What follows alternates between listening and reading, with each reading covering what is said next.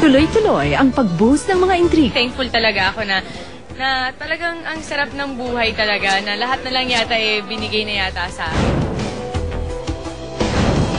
Last Thursday, August 20, ginanap ang press conference ng upcoming horror suspense movie ni Marian Rivera na Tarot.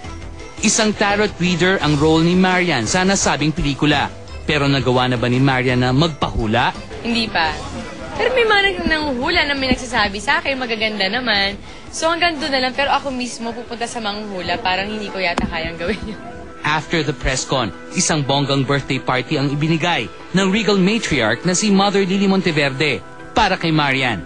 Dinaluhan ito ng mga press people, kasamahan sa Darna, GMA executives sa pangunguna ng SVP for Entertainment TV, Miss Wilma Galvante, at mga malalapit na kaibigan sa industriya. Marian, happy birthday. Ang wish ko sa'yo, sobrang pinapangako ng success. Sana lang magtuloy-tuloy at alam ko maging masaya sa love life at sa lahat ng aspecto ng buhay. Happy birthday. Happy birthday sa napakagandang Darna. Yes, I'm happy to be working with you, Yan. Napaka-successful mo na. So, ang dami mo nang na-achieve. But I wish you all the best. Happiness, very important. And sa Amerika, kung saan natin nilaunch ang Darna, #1 siya. Ulitin ko, sa lahat ng Darna sa akin, ikaw ang BTS, ikaw ang pinaka-masayang Darna. Masaya, ito na yung pinakamasayang birthday ko talaga. Kasi nung birthday ko, ang wish ko nung birthday ko, sana talaga mag-great talaga ang Darna. At ibinigay niya sa akin yun. So parang lahat nagiging maayos sa press, naging okay na ako sa press. Alam mo na, natutuwa din ako. Nagkaroon kami ng banding-banding. Sa mga co-stars ko, wala nang alam yung intriga na, ay, ganito yan sa set, ganito. So wala. As in sa trabaho, sa pamilya, sa lahat. Parang lahat maayos at talaga namang smooth talaga lahat. Bakas na bakas sa mukha ni Marian na masaya siya sa lahat ng aspeto ng kanyang buhay. At kung i-rate niya ito, family, rate 1 to 10, 10. Pagdating naman sa kanyang career, Oy, parang wala na akong mahiling. And when it comes to her love life, from 1 to 10, 10 is the highest. 11. Lalong nakumpleto ang gabing yon nang dumating ang rumored boyfriend ni Marian na si Ding Dong Dantes. Naghandog pa si Ding Dong ng isang song number para kay Marian. Hindi, ano lang, siguro napakasaya ko lang at sobrang thankful talaga ako na talagang ang sarap ng buhay talaga, na lahat na lang yata binigay na yata sa akin. This afternoon sa Star Talk, the Queen of Philippine Primetime TV, Marian Rivera, live! Oh, okay, hello Marian. Alam nyo kanina, bago si Marian, pinag-uusapan namin yung tungkol sa Darna pa rin, ano? Na itong si Lolit, hindi nyo natatanong, naging part ito nung Darna dati, di ba?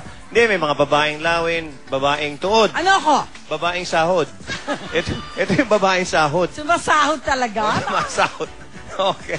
Marian, kalimutan muna natin na Darna dahil bukas na ang Darna na naman, umpisa na naman. Lahat na naman ng mga bata yan at tayong lahat manonood yan. Marian, pag-usapan natin yung Tarot.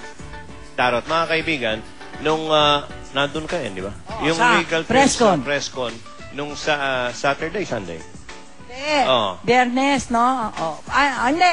Webes. Thursday, okay. May mga, siyempre yung Tarot, sa mga nakakaalam at hindi nakakaalam, ito yung mga baraha to na nakakatakot ito kung aanuhin mo yung, kung talagang ibibigay mo yung buo mo. Nagpahula si Marian Rivera using the tarot cards, no? Ginamit yung tarot cards. Kukuhanan lang namin ng reaction ikaw sa lumabas na tarot card reading nung pinagawa mo.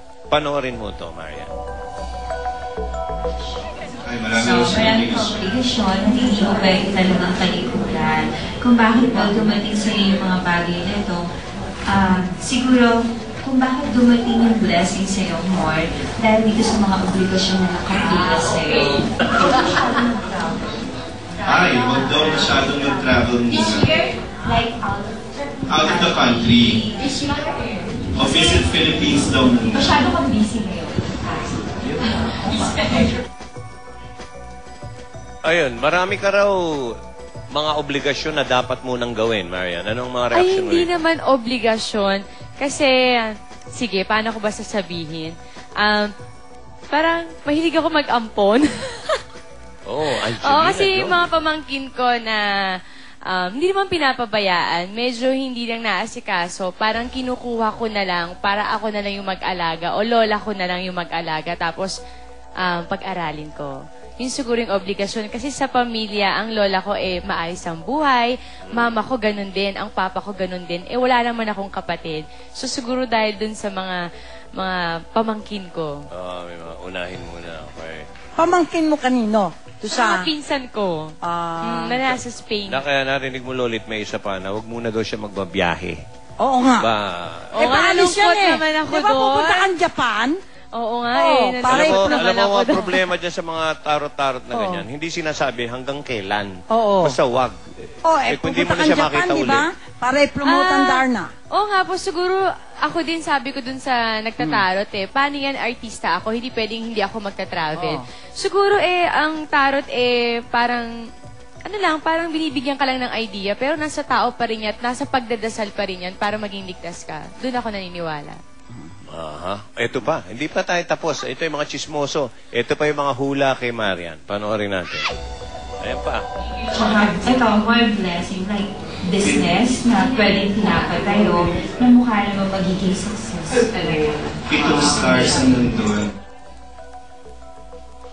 Ayan. Ano ba yung mga business na pinatatayo mo daw? Balita ko marami ka na raw pinaplano mga investments. Pwede ba naming Ano lang siguro po, hindi ko na lang po din lalahatin. Pero yan, naging open ako na nagpagawa talaga ako ng apartment. Tapos, mga condo. Yan. Mga condo, nagpagawa ka? Hindi, binili. Dahil di ba ikaw ang Yun na lang muna. Okay na yun. Kung ano man yung iba, akin na lang. Pero, totoo bang niregaluhan mo ng house and lot si Ding Dong? Hindi totoo yan. Napasigaw. Dapat ikaw ang regaluhan ni Ding Dong. Ayan, lilinawin ko yan. Hindi totoo yung mga chismis na yan dahil mas mayaman pa siya sa akin. Diba? At saka bilang lalaki siya nakaka-insulto naman po sa kanya na i-chismis na ganun. Pero hindi talaga totoo yun. Ako mismo sinasabi ko sa inyong lahat na hindi totoo yun. Ano ba regalo mo kay Ding Dong nung birthday niya? Siguro tulad ng sabi niya, yung ibinigay kong time sa kanya nung birthday niya, yun yung pinakamahalagang gift na binigay ko sa kanya. Ano kaya? Pero ito, biglaan lang, naisip ko lang. Sino sa palagay mo mas malaki ang pagmamahal sa isa? Ikaw kay Ding Dong o si Ding Dong sa'yo? Hindi, ako bihira magtanong ng mga ganyan. Gusto ko lang magpakilig. Gusto ko lang kiligin tong katabi ko Yak! Ano yak? Ano ba? Sino mas malaki ang mahal? Ang love? Ikaw kay Ding Dong o si Ding Dong sa'yo? Ang hirap. Sino? Si Ding Dong? Mas malaki ang love ni Ding Dong sa'yo. Pero si Ding Dong 11. Ano ba, Tito? Hindi, sabi mo tinanong ka kanina nung 10 sabi mo 11 siguro, Tito, sabihin na lang po natin na kapag ako nagmahal, ibibigay kong lahat at handa ako magsakripisyo. Yun lang. Hindi naman pala Lolit ano pa ang sinabi ng tarot cards tungkol nga dyan? Kaya natin nadala usapan dyan tungkol sa love life nyo ni Dong. Anong... Hindi. Huwag mo naman sagutin. Ibitin natin sila, Lolit. Tayo muna. Kiss. Babalik kami dun sa kinalabasan ng tarot card tungkol sa love angle ni Dong and Marian. Pagbabalik, ito po ang babaeng sahod. Tuhod.